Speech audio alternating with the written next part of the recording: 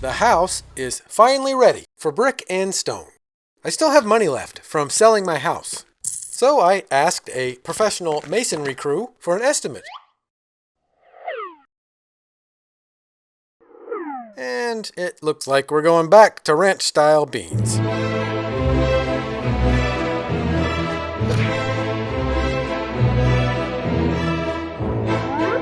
The labor for the brick was on the higher end of what I was expecting, but the house is really tall, and that adds a lot of work. But I didn't expect it to cost $15,000 for labor for the stonework. We're talking about a 4-foot tall stone wall that's less than 100 feet long. Well, I can't go back into serious credit card debt. I already used my backup plan. I guess we're going to find out what it's like to do $15,000 worth of labor. So the first thing we need to do is pick out a stone. There are many types of stone. The problem here is that most of these stone products are stone veneer. When I look at stone veneer on newly built homes, it looks fake. It isn't structural. It can't even hold itself up. My apologies if your house has this kind of thing, but I hate it with the power of 1,000 suns. I was looking at another house in this same neighborhood, which also had its stone wallpapered on, when I looked down, and I got an idea. What if I used landscaping blocks? Like these, the kind they use for retaining walls. They are heavy and thick, there's almost no mortar required, so they should be pretty simple to stack. I think this'll work. Let's do it.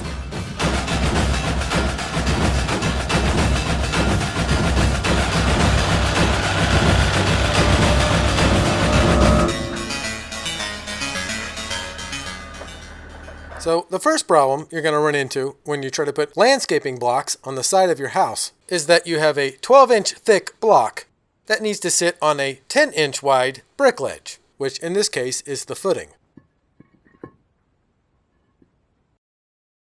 How do we solve this problem? Well, I have some bad news for me. We're going to have to hand chisel the back side off of every single one of these blocks. There were 360 blocks in this first delivery.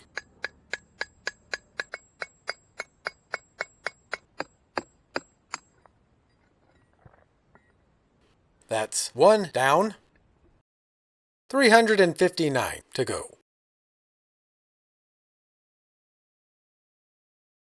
We're going to need some chiseling music.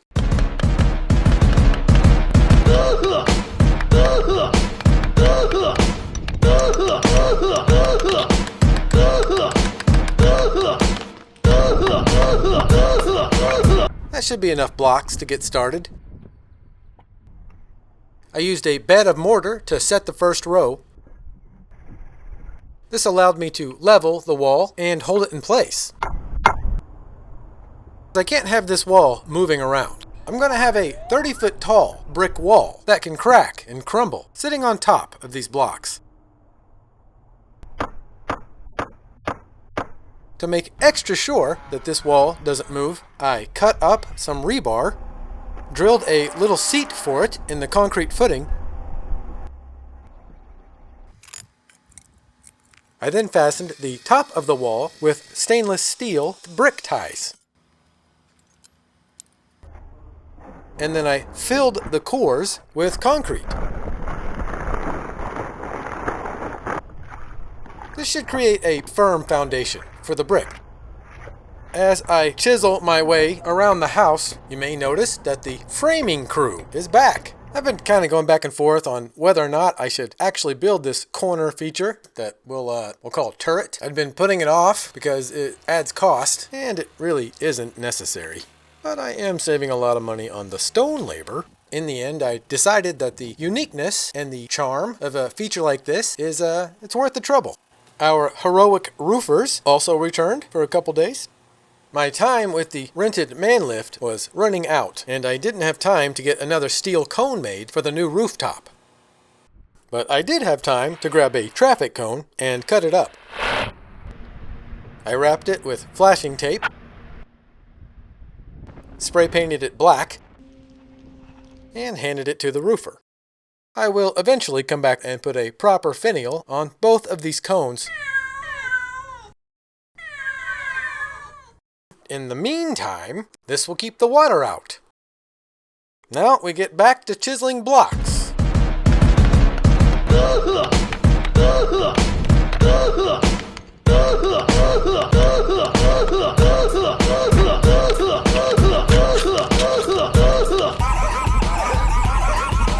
By the time I got to the last pallet, I'd finally developed a technique that was a full 2 minutes faster than my first attempts. Here are a few hard-earned tips for breaking landscaping blocks. Tip 1. Use a small sledgehammer. The nail hammer is lighter, but you have to swing it 4 or 5 more times than the sledgehammer.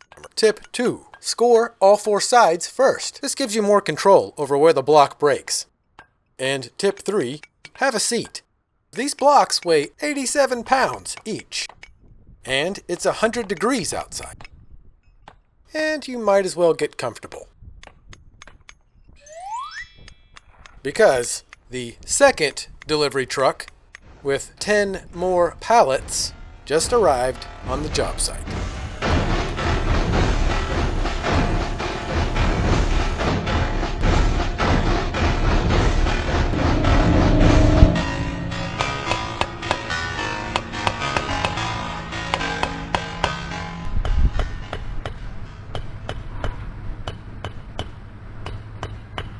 Let's jump ahead about 10 days.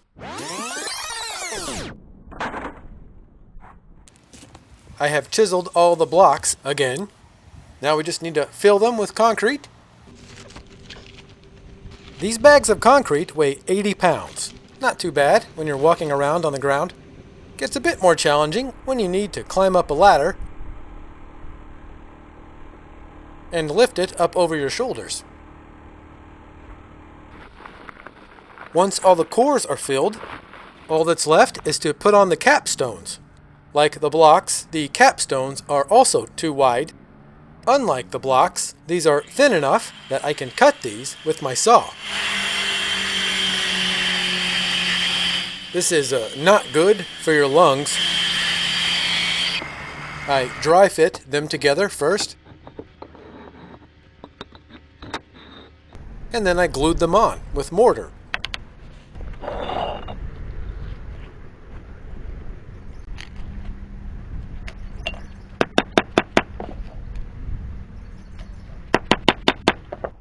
With the walls mostly finished, it's time to build an entry stair.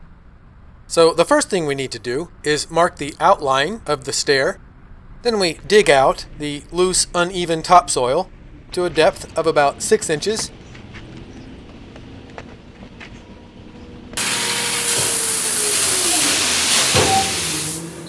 Next, we shovel in 3/4 inch gravel or drainage rock to a depth of about 4 inches. Then I topped it off with what's called a bedding stone. This is 3/8 inch gravel, and compared to the 3/4 inch gravel, it's a lot easier to level out.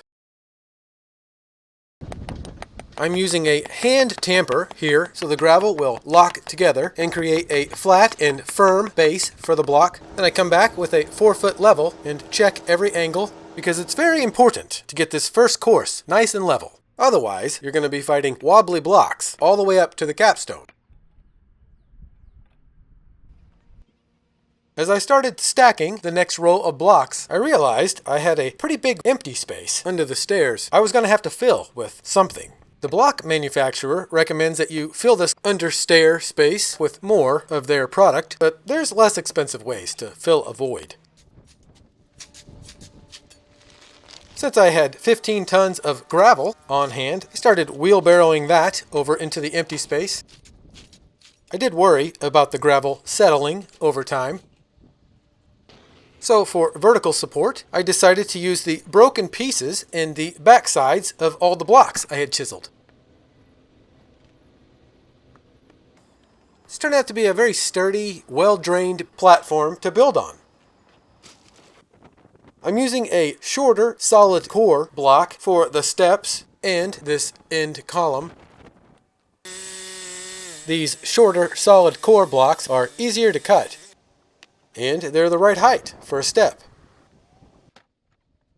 Here's an interesting fact you may not know. If you do manual labor for 8 or 9 hours in clothing fully saturated with sweat, your skin gets very soft. And the rubbing of your body parts together is going to cause you to chafe in places you didn't know you could chafe.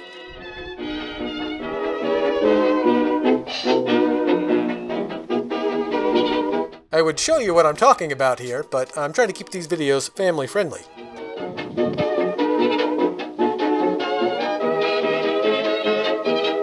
But trust me, every part of your body can chafe.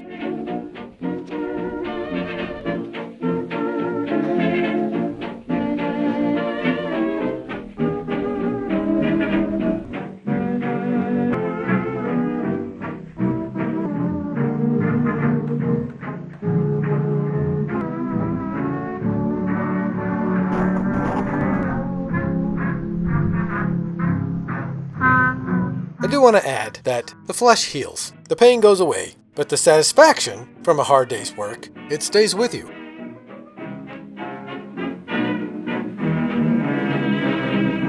Happy days are here again, the skies above are clear again. In the next video, we're finally going to put brick on this house. Here again, happy days are here.